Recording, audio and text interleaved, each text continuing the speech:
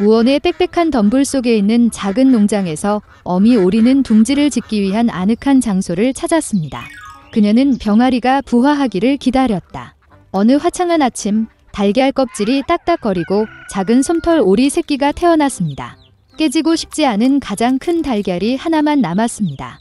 오리는 자신에게 문제가 있다고 걱정하기 시작했습니다. 그녀는 다시 달걀 위에 앉았고 조금 더 기다리기로 결정했습니다. 오리 엄마는 그녀가 할 수 있는 모든 열을 주었습니다. 그녀는 오랫동안 그를 부화시키기 때문에 이 병아리가 가장 아름답다고 생각했습니다. 곧 병아리가 마지막 알에서 부화했지만 나머지 새끼 오리처럼 보이지 않았습니다. 훨씬 더 크고 깃털이 회색이었습니다. 오리 엄마는 그런 못생긴 아들을 보고 화가 났습니다. 그러나 그녀는 그가 언젠가는 그의 동료처럼 되기를 바랐다. 나머지 새끼 오리들은 그를 비웃었다. 그들은 그를 역겹다고 생각했고 그와 함께 놀고 싶지 않았습니다. 다음 날 아침, 어미 오리는 아이들과 함께 호수로 갔습니다. 놀랍게도 못생긴 오리는 다른 사람들과 마찬가지로 수영했습니다. 그런 다음 오리는 어린아이들을 가금류 마당으로 데려와 사회에 소개했습니다. 그녀는 오리 새끼들에게 지역 주민들과의 행동 규칙에 대해 말했습니다. 오리는 가장 고귀한 뚱뚱한 드레이크에게 그 무리를 선물했지만 그는 못생긴 오리를 공격했고 그녀는 실패한 병아리를 보호해야 했습니다. 패트 드레이크는 마당에서 괴물을 몰아내라고 명령했습니다. 어머니는 그가 자라서 다른 새끼 오리처럼 될 것이라고 확신했습니다. 괴롭힘과 굴욕을 견딜 수 없었던 못생긴 새끼 오리는 가금류 마당을 떠났습니다. 더 안전한 곳을 찾기 위해 그는 아무도 없는 아름다운 호수를 발견했습니다. 그리고 새끼 오리는 여기에 살기로 결정했습니다. 시간이 지났습니다. 외로움에도 불구하고 못생긴 오리 새끼는 아무도 자신을 화나게 하지 않아서 기뻤습니다. 그러던 어느 날 긴 목을 가진 아름다운 하얀 새가 그의 호수로 날아갔습니다. 못생긴 새끼 오리는 그것이 어떤 종류의 새인지 몰랐지만 그는 감탄하면서 그것을 보았다. 그는 온 마음을 다해 그녀를 사랑했습니다. 오리가 이 사랑스러운 하얀 새처럼 되고 싶어요. 겨울이 왔고 눈이 내리기 시작했습니다. 못생긴 오리 새끼는 처음으로 하얀 눈을 보았습니다. 그 눈이 광경에 기뻐했습니다. 그러나 겨울이 눈이 많이 내리기 때문에 새끼 오리가 먹이를 찾기가 매우 어려웠습니다. 그는 음식을 찾아 동네를 돌아다녀야 했습니다. 그는 춥고 피곤했습니다. 그래서 못생긴 오리는 농부의 집에 도착했습니다.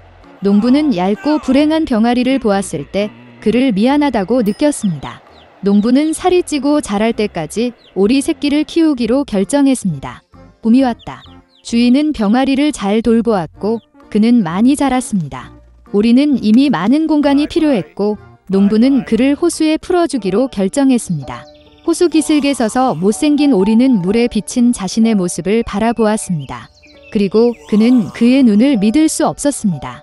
그는 자신을 알아볼 수 없었고 그 뒤에 다른 누군가가 있다고 생각했습니다. 그리고 오리는 반사의 멋진 새가 자신이라는 것을 깨달았습니다. 축하하기 위해 그는 호숫가 전체를 때리며 수영했습니다. 그리고 갑자기 그는 전에 한 번 보았던 긴 목을 가진 똑같은 아름다운 흰색 새를 보았습니다. 못생긴 오리는 그녀에게 더 가까이 수영하기로 결정했습니다. 그러나 아름다운 새는 두려워하지 않았지만 반대로 그녀는 미소 지으며 윙크했으며 함께 호수를 헤엄쳤습니다. 못생긴 오리 새끼는 그의 행복을 믿을 수 없었습니다. 지나가는 호수 기슭의 뚱뚱한 드레이크는 자신의 인생에서 그렇게 아름다운 어린 백조를 본 적이 없다고 말했습니다. 그가 한때 가금류 마당에서 몰아온 못생긴 새끼 오리가 아름다운 백조라는 사실을 알았을 때 그의 놀랐던 것은 추악한 오리 새끼는 처음부터 백조였습니다. 알이 우연히 오리 둥지에 떨어졌습니다. 그리고 아름다운 어린 백조가 집으로 돌아왔을 때 가금류 농장의 모든 사람들은 한때 그의 외모 때문에 그를 화나게 한 것을 매우 부끄러워했습니다. 옛날 옛적에 어린 소녀가 있었다. 부자 아버지가 사악한 계모와 결혼하자 그녀는 두 딸과 함께 집에 정착했습니다. 그들의 얼굴은 아름답고 하얗지만 그들의 마음은 사악하고 잔인했습니다. 그리고 불쌍한 소녀에게 힘든 시간이 왔습니다. 아침부터 저녁 늦게까지 그들은 물을 나르고 스토브를 데우고 음식을 요리하고 설거지를 하고 빨래를 하는 등 더러운 일을 하도록 강요했습니다. 게다가 이복 자매들은 최대한 그녀를 화나게 하기 위해 최선을 다했습니다.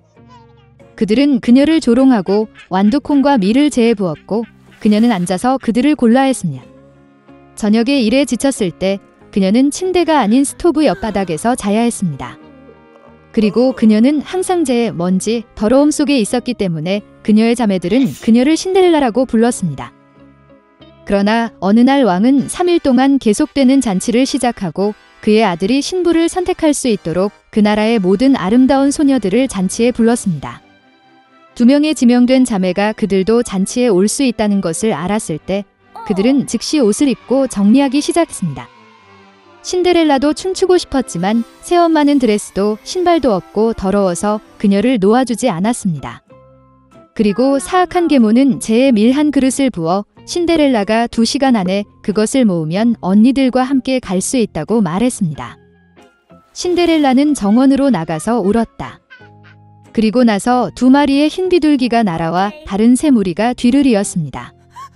그들은 재를 휩쓸고 쪼개기 시작했고 그래서 그들은 그릇에 있는 모든 곡물을 선택했습니다. 1시간도 채 안 되어 일을 마치고 모두가 돌아왔습니다. 신데렐라는 계모에게 그릇을 가져와서 잔치에 갈 수 있다고 생각하면서 기뻐하기 시작했습니다. 그러나 그녀의 계모는 어쨌든 그녀를 들여보내지 않을 것입니다. 그녀는 신데렐라에게 등을 돌리고 딸과 함께 공을 향해 달려갔다. 집에 아무도 없을 때 신데렐라는 바닥에 앉아 슬픔에 잠겼다. 그리고 나서 2마리의 흰 비둘기가 날아와서 다른 3무리가 날아와 드레스와 신발을 벗었습니다. 그녀는 빨리 드레스를 입고 신부에게 왔습니다. 그들은 그녀의 이복 누이와 계모를 보았고 그것이 이상한 공주일 것이라고 생각했습니다. 그녀는 황금빛 드레스를 입고 너무 아름다웠습니다. 그들이 신데렐라라는 사실은 결코 생각하지 못했습니다. 왕자는 그녀를 만나러 나와 그녀의 손을 잡고 춤을 추기 시작했습니다. 그리고 그는 신데렐라를 너무 좋아해서 다른 여자와 춤추고 싶지 않았습니다. 그녀는 저녁까지 춤을 추고 집으로 돌아가려고 했지만 왕자는 그녀를 배웅해달라고 요청했습니다. 그는 이것이 누구의 아름다운 소녀이고 그녀가 사는 곳을 알고 싶었습니다. 그러나 신데렐라는 그에게서 도망쳐 비둘기장 위로 올라갔습니다. 왕자는 비둘기장을 파괴하라고 명령했지만 그 안에 아무도 없었습니다. 그리고 가까운 곳에서 그는 그의 아름다운 낯선 사람을 찾을 수 없었습니다. 아무도 신데렐라가 그녀를 집으로 데려간 비둘기에 의해 구출되었다는 것을 짐작할 수 없었습니다. 왕자는 화가 나서 고개를 숙이고 궁전으로 갔다. 그리고 갑자기 그는 신발을 보고 그것을 들어 올렸습니다. 그것은 너무 작고 우아하고 순금으로 가득 차 있었습니다. 왕자는 신데렐라가 도망쳤을 때 왼발의 신발이 계단 중 하나에 남아있다고 생각했습니다. 왕자는 기뻐했고 이 신발의 여주인과 신발이 어울리는 사람을 찾으라고 명령했습니다. 그는 그 신발과 결혼할 것입니다. 부모는 무도회에서 돌아왔고 신데렐라가 재 위에 셔츠를 입고 잠들어 있고 난로 옆에 희미한 불빛이 켜져 있는 것을 보았습니다. 2 자매는 내일 금색 구두를 입을 만큼 운이 좋기를 바라면서 방으로 갔다. 다음 날 왕자는 집에 와서 장래의 아내의 신발을 신어보고 싶은 사람은 모두 나와야 한다고 말했다. 2 자매가 나왔고 계모는 신데렐라를 집에 가두고 그녀를 내보내지 않았습니다. 언니는 작은 신발을 입었습니다. 여동생이 입어보았습니다. 신발이 좋습니다. 왕자는 곧 떠날 뻔했지만 신데렐라는 창밖으로 나와 그에게 달려갔다. 그리고 그녀는 신발을 신었고 그것은 그녀에게 딱 맞았습니다. 왕자는 그녀의 눈을 들여다보았고 그가 춤을 추는 아주 아름다운 소녀를 그녀에게서 알아차렸습니다. 그는 신데렐라를 데리고 그녀를 말에 태우고 그녀와 결혼식을 하기 위해 탔습니다. 그리고 그는 자매들과 계모들에게 그들의 집에 갇히고 결코 그곳에서 내보내지 말라고 명령했습니다. 이것이 그들이 악의와 속임수로 처벌받은 방법입니다.